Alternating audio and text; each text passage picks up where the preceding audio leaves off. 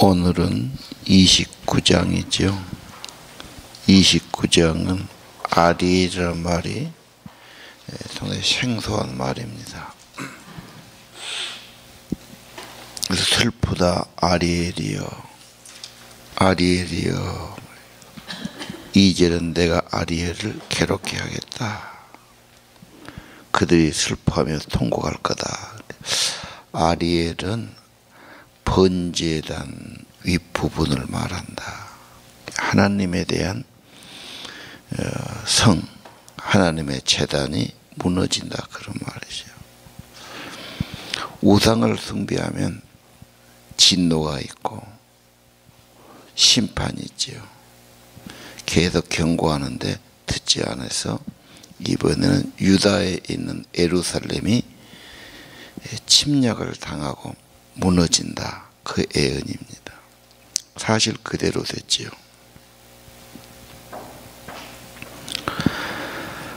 그래서 그 제단은 절기에 예물을 바치고 피를 바친 그 제단 아닙니까?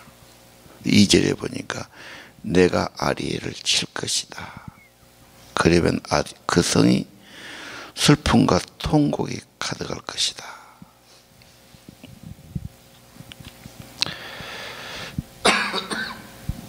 3절은 예루살렘을 군대가 사면으로 둘러 포위하고 흙은 덕을 쌓아서 너를 공격할 거다. 4절은 죽을 것이고 땅에 묻힐 것이고 유령의 소리가 들리는 그런 정말로 폐해가 될 것을 말씀하시죠. 원수는 흙먼지를 일으키며 잔인한 무리는 바람에 겨처럼 흩날릴 것이다. 순식간에 이런 비극이 일어날 것이다. 6절은 뭡니까? 만군의 여호와께서 우레와 지진과 큰소리와 해오리바람 폭풍과 맹렬한 불꽃으로 징벌하신다. 징벌한다, 심판한다, 진노하신다. 죄를 버리고 우상을 버리게 하기 위해서.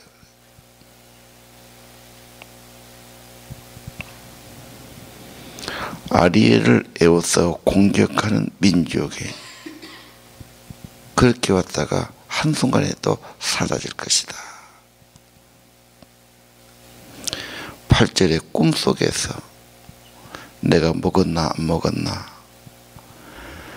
꿈에서 먹은 것 같은데 깨보면 배가 고프고 뭐 그런 뜻이죠. 허망한 인생이 될 것이다. 자, 하나님께서 왜 그렇게 예루살렘에 대한 어려움을 주시는가? 선지자들이 계속해서 이사야, 에레미야 경고했습니다. 제대로 하나님 섬겨야 된다. 위선을 버려야 된다. 거짓을 내버려야 된다. 그래도 안 되니까 매를 때려서 정신 차리게 하고 회개하고 돌아오게 하는 거죠. 2절에 내가 하겠다.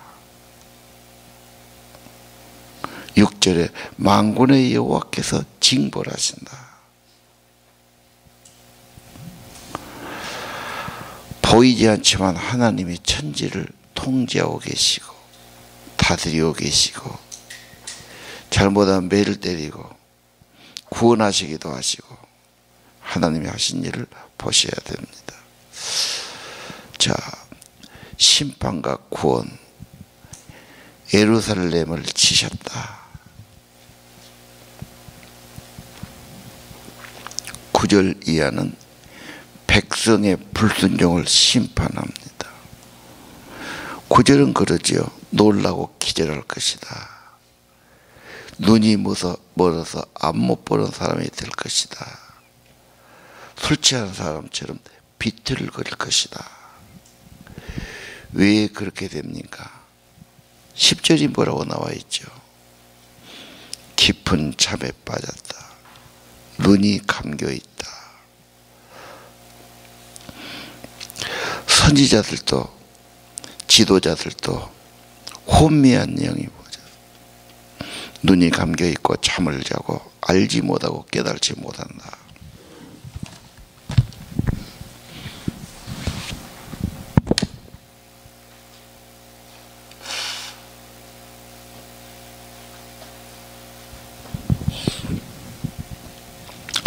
구절 앞 못 보는 사람, 눈이 멀어서 앞 못 보는 맹인이 된다. 사람이 망하려면 보여도 안 보이고 들어도 안 들리고 그러고 헛짓거리하고 고집부리고. 왜 그렇게 사람이 어리석어지고 눈이 감겨졌냐? 10절도 그렇죠. 여호와께서 깊은 잠에 빠지게 하셨다. 예언자의 눈을 감겼다. 선지자들이 그랬다. 그래서 뭐라고 그러죠? 11절 책을 갖다 주는데 봉해져서 읽을 수가 없다. 하나님의 말씀은 은혜 받아야, 사랑해야, 순종해야 은혜가 되는 거지. 똑똑하고 다른 책은 잘 읽고 머리가 좋아도 이해가 안 됩니다. 깨달음이 안 되지. 의심만 되고 오해만 되는 거예요. 책을 모르겠다. 봉해져 있다.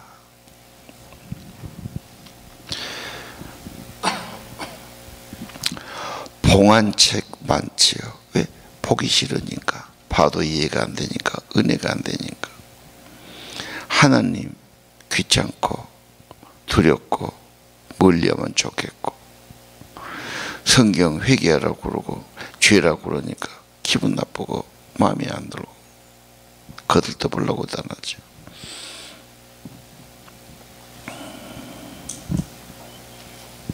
하나님의 계시가 봉인한 책, 읽을 수 없다.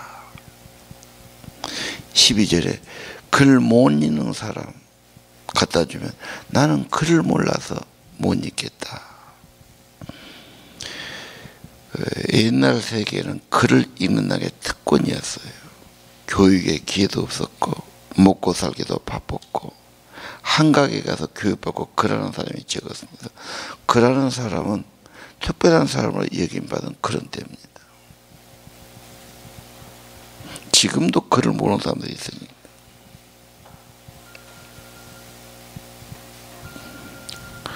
자, 그럼 왜 그랬냐? 13절이 중요하죠.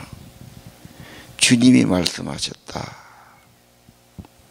이 백성이 입으로는 존경해요. 아멘도 하고 하나님도 찾고, 그런데 마음이 문제예요. 마음은 마음이 없어요. 형식적이에요. 경배하고 예배하는 것도 형식이다.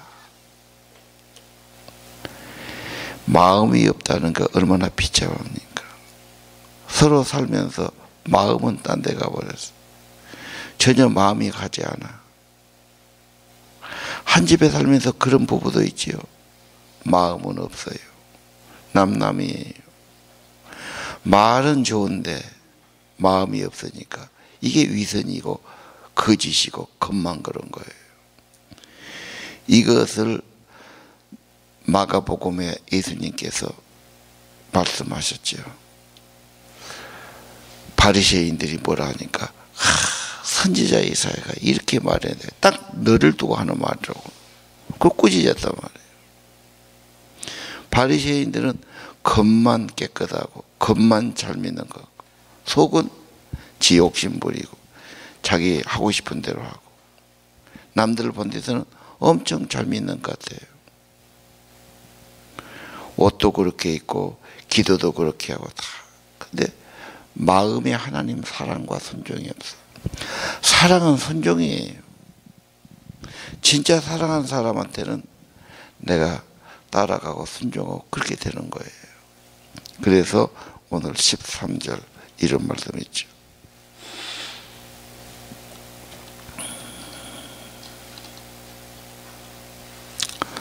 유전으로 하는 거다.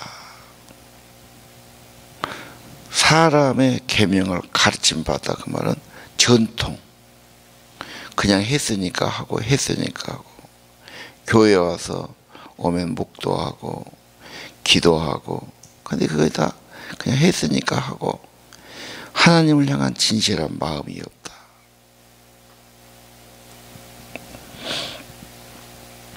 말은 좋게 하는데 마음은 딴 데가 있으면 그건 무서운 겁니다. 그래서 14절에 무슨 말씀 있지요? 그래서 이 백성이 지혜가 없어지고 총명이 없어졌다. 놀라운 백성이 되어버렸다. 오늘 13절과 14절은 믿음 생활을 잘하려고 하는 사람은 언제나 기억해야 돼요. 마음이 중심이에요. 진짜 마음으로 해야 돼요. 참 오래 믿고 잘 믿다 보면 바리새인 되기 딱 좋아요. 잘 믿는 척, 겉으로 남 보기에 지금까지 했으니까. 성령의 감동받아야 돼요. 하나님 말씀으로 늘 감동을 받아야 돼요. 그리고 마음이 주님께 가까워져야 됩니다. 마음은 내게서 멀구나. 마음이 있다는 게 뭐예요? 그게 사랑이죠. 진짜 좋은 일에는 마음이 있어요. 진짜 좋은 사람 내 마음에 있죠. 마음이 있는 사람이야. 마음이 없어. 우리 청소년들 마음이 딴 데가 있어요. 마음은 세상에 가 있고 주님이 없단 말이에요. 겉으로 와서 하라니까 한단 말이죠. 주님은 언제나 네 마음을 다오, 정성을 다오. 그래서 헌금도 요구하신 거예요. 하나님이 돈이 없어가 아니죠. 네 마음, 네 정성을 받고 싶단 말이에요.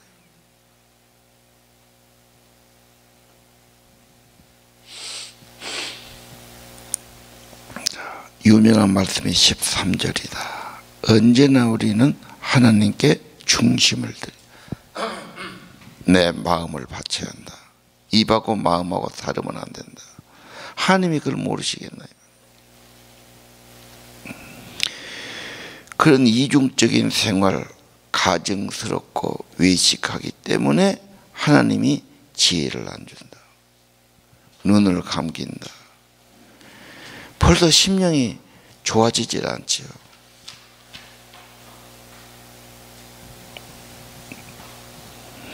먼저 회개하고 낮아지고 하나님께 나가야 되죠. 그냥 안 되니까 이렇게까지 매를 때리고 심판.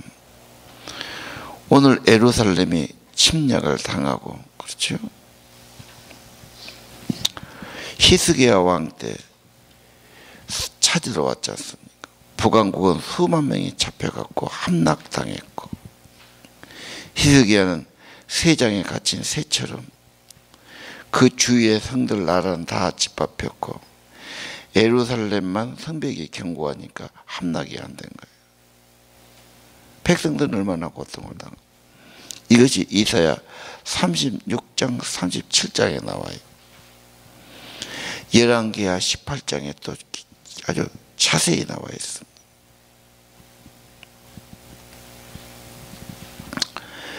근데 거기서 우왕좌왕하지요. 빨리 애굽에다가 사람 보내서 힘을 얻어야 된다.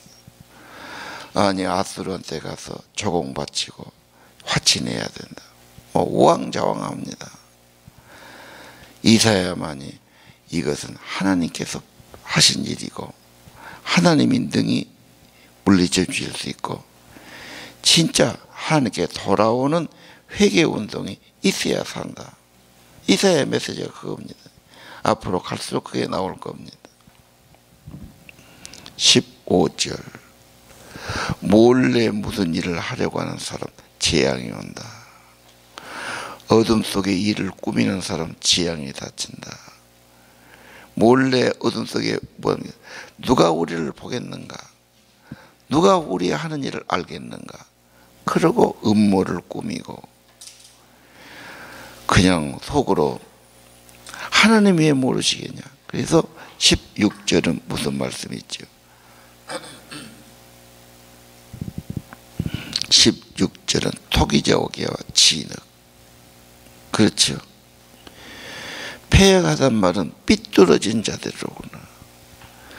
어떻게 진흙이 토기저기와 같을 수 있겠느냐? 만들어진 물건이 자기를 만든 분을 향해서 그가 나를 안 만들었다 이렇게 말할 수 있겠느냐? 어떻게 아무것도 모른다고 그런 말 하겠느냐? 토기는 누가 만들었으니까 빚어진 거지. 지가 혼자 됐겠느냐? 인생이 어떻게 하나님이 없다고 그러고 하나님이 모른다고 그러고 이래서는 안 된단 말이에요. 16절 삐뚤어지니까 패간 백성이니까 누가 우리를 보리요 누가 우리를 알리요. 그래서 유명한 토기저기와 진흙의 비유를 또 말씀하죠. 이런 비유가 많습니다. 자, 오늘 심판과 구원, 그래서 아리엘을 치신다 하는 것이 1절 이하였고요.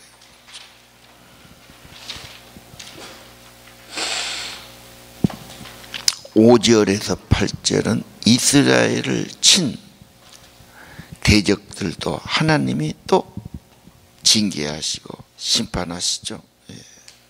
악인은 징벌하시고. 9절 이하는 둔감하고 불순종한 백성을 심판하시죠.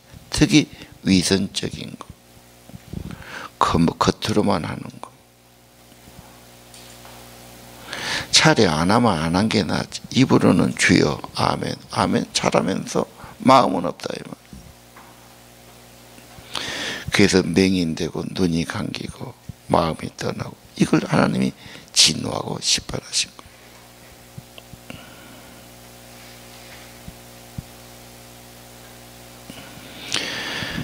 그래서 오늘 1절 보면 재앙을 부르는 예배예요.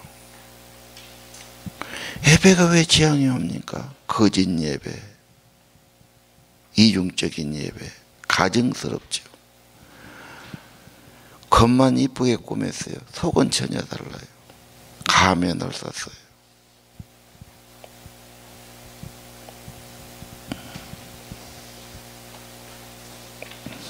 진짜 하나님 앞에 번제는 몸과 마음과 내 인생 전부를 온전히 헌신하고 바치는 거예요.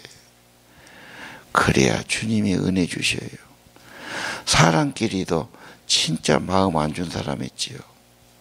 나도 마음 줄 수가 없어요. 진짜 사랑하고 마음 주면 나는 더 해주고 싶어요. 하나님은 그렇게 적당하니 그냥 가식해서 될 일이 아니에요. 그래서 예수님이 제일 꾸짖는 게 바리새인, 가식하는 거, 위선적인 거, 겉만 꾸미는 거 얼마나 심하게 질책하셨습니다.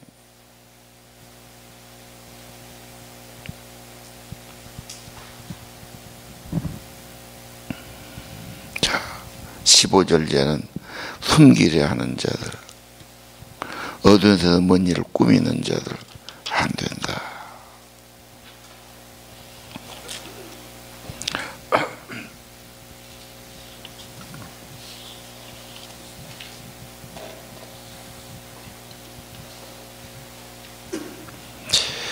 (17절) 이하는 오래지 아니해서 하나님의 본심은 망하고 맷때리고 그게 아니지 않습니까? 결국은 하나님은 구원의 하나님, 회복시키길 원해요. 때가 되면 이 백성이 심판받고 회개하죠. 왜? 죽게 생기면 돌아와요. 이것이 사사기에 계속되어 있잖아요. 진짜 누가 무서운 놈이 나타나고 짓밟고 빼앗고 심판하고 죽이고 막 못 살게 되면 그때는 정신 차리고 하나님 살려주세요. 하나님께 돌아오게 합니다. 그러면 그 땅이 좋은 땅으로 숲은 푸르게 될 것이다. 그 환경이 변화되지요. 자연의 회복, 환경의 회복. 그런 축복과 회복이 오는데 그 다음에 왜 그러냐? 18절 이제는 귀가 열려요. 눈이 열려요. 그렇죠? 그러니까 교회 생활 해보면 하나님의 은혜가 받으면 귀가 열려서 말씀이 잘 들리고 감동이 되고 좋아요. 근데 전혀 마음도 없고 말씀도 안 들려요. 딴 생각만 하고 있죠. 이게 문제인 겁니다. 귀가 열린다. 책이 보이죠? 이제 세상만 보는 눈이 아닙니다. 이제는 하나님 말씀이 보여요. 열려요. 이게 회복과 축복의 시작입니다. 언제나 말씀이 귀가 열리게 주옵소서. 그 다음에 뭐가 있습니까? 그 다음에는 눈과 귀가 열리니까 기쁨이 오지요. 겸손한 자에게 여호와께서 은혜를 주셔요. 성령 주면 기뻐요. 살아나요. 그냥 내 안에서 나는 숲의 새와 같이 기쁘다. 그렇게 된다 말이에요. 이게 진짜 행복이에요. 건강도 거기에 있어요. 기쁘고 쾌활하고 성령이 임하고 기쁘게 말하고 기쁘게 노래하고 건강이 내 안에 있습니다. 기뻐하면 회복되고 치료되기 시작합니다.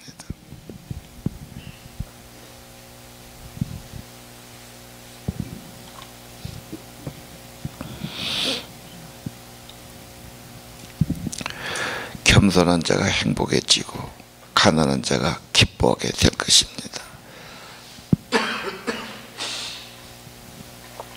그냥 가난하고 없으면 백 빠지고 슬퍼하고 있으면 다 행복하고 기뻐할 것 같지만 절대 그러지 않습니다. 주님 안에 있으면 행복하고 기뻐할 수 있습니다. 그리고 좋은 것은 있고 20절 나쁜 것은 소멸돼요. 안 좋은 것, 하나님을 두려워하지 않는 것, 악한 일을 좋아하는 사람, 무자비한 것들 사라질 거다. 이게 좋지요. 못 쓸 것만 있고 좋은 것이었으면 그 집은 괴로운 집이에요. 안 좋은 것은 사라지고 은혜가 있다고 기쁨이 있다면 그게 좋은 집이고 행복한 집이죠. 여호와께서는 그렇게 은혜 주시기를 원해요. 은혜 주시는 분이셔요. 정신 안 차리니까. 매를 때려서 그렇게 회개하게 만들지 않습니다. 매 안 맞아도 내가 늘 회개해요. 내가 늘 엎드려요. 하나님께 늘 애절하게 기도해요. 참여한다는 게 굉장히 중요한 일입니다.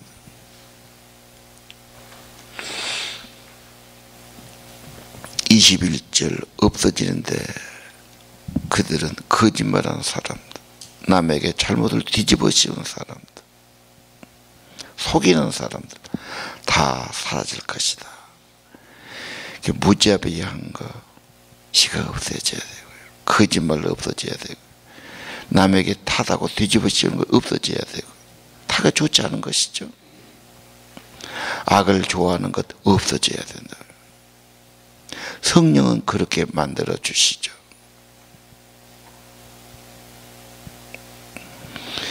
(22절) 무슨 말씀 있지요?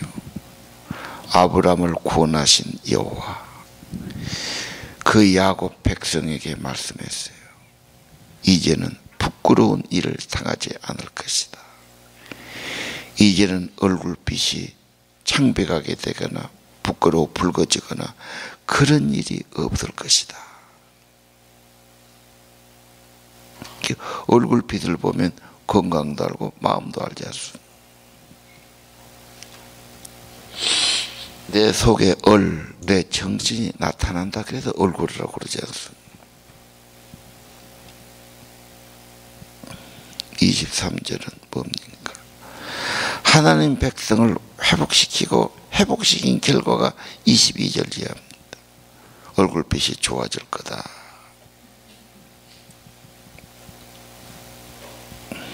이제는 그 백성이 하나님을 거룩하게 섬길 것이다.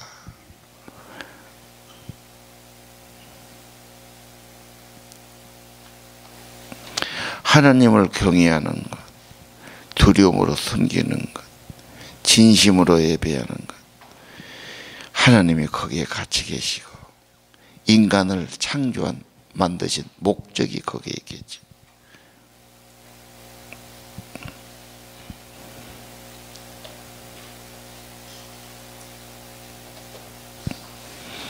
잘못한 사람이 뉘우치고 돌아오고, 호미한 자들의 총명이 임하고, 불평하고 원망한 사람이 하나님의 교훈을 잘 받는 자가 될 것이다. 하나님의 목표가 그렇습니다. 회복시키고 새 마음을 주시고,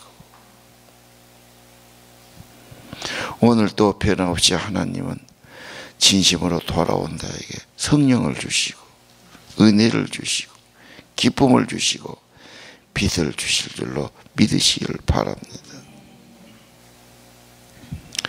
오늘 29장은 예루살렘에 대한 경고예요. 잘 믿는다지만 인간의 죄성은 잘 믿으면 조금 오래 가면 교만해지고, 조금 가면 형식되고, 잘 믿는 척하고, 마음 관리가 문제지요. 내 마음은 내가 안 됩니다. 성령이 오셔야 됩니다. 언제나 우리는 낮아져야 되고 참회해야 되고요.